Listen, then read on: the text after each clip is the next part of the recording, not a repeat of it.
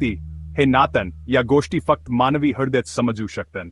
माती अशी भाषा बोलते जी तंत्रज्ञानाला अजून शिकायची आहे. ती जीवनाची भाषा आहे.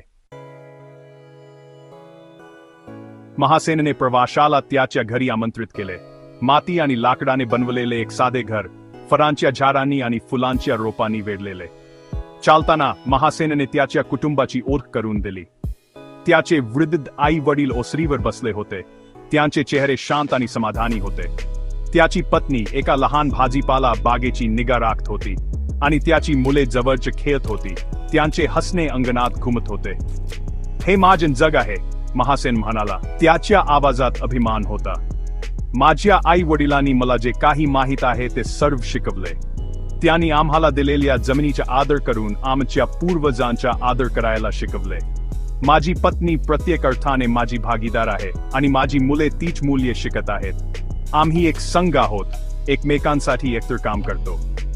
प्रवाशाने महासेनने त्याच्या आई वडिलांना दाखवलेला आदर पाहिला. तो नवीन पिकांच्या लागवडीबद्दल त्याच्या वडिलांशी सल्लामसलत करत असे आणि बियाणे जपण्याबद्दल त्याच्या आईच्या सल्ल्याकडे लक्षपूर्वक ऐकत असे. हे स्पष्ट होते की त्यांचे शहाणपण कुटुंबाच्या यशाचा पाया होता. कुटुंब साधे जीवन जगत होते, आधुनिक जगाच्या गुंतागुंत आणि चिंतांपासून मुक्त. त्यांची संपत्ती पैशात मोजली जात नव्हती, तर त्यांच्या जमिनीच्या आरोग्यात, त्यांच्या पिकांच्या विपुलतेत आणि त्यांच्या नात्यांच्या सामर्थ्यात मोजली जात होती. त्यांना साध्या गोष्टींमध्ये आनंद मिळत होता. एकतर जेवण, चांगला पाऊस आणि त्यांच्या पिकांचे उन्हात मजबूत वाढतानाचे दृश्य. ही साधेपणा त्यांची सर्वात मोठी ताकद होती. महासेनने त्याच्या शेतीची मुख्य तत्त्वे समजावून सांगितली. आम्ही जमिनीला वस्तू तयार करणारा कारखाना मानत नाही, तो म्हणाला. आम्ही तिला एक सजीव प्राणी मानतो जी आम्हाला पोषण देते. आम्ही जेवढे घेतो तेवढेच मातीला परत देतो. आम्ही पारंपरिक पद्धती वापरतो, जसे की कंपोस्ट खत आणि पीक फेरपालट, ज्यामुळे जमीन निरोगी आणि सुपीक राहते. आमच्या पूर्वजांनी आम्हाला शिकवले की जर आपण जमिनीची काळजी घेतली तर जमीन पिढ्यानपिढ्या आपली काळजी घेईल. हे फक्त एक शेत नाही, हा एक वारसा आहे.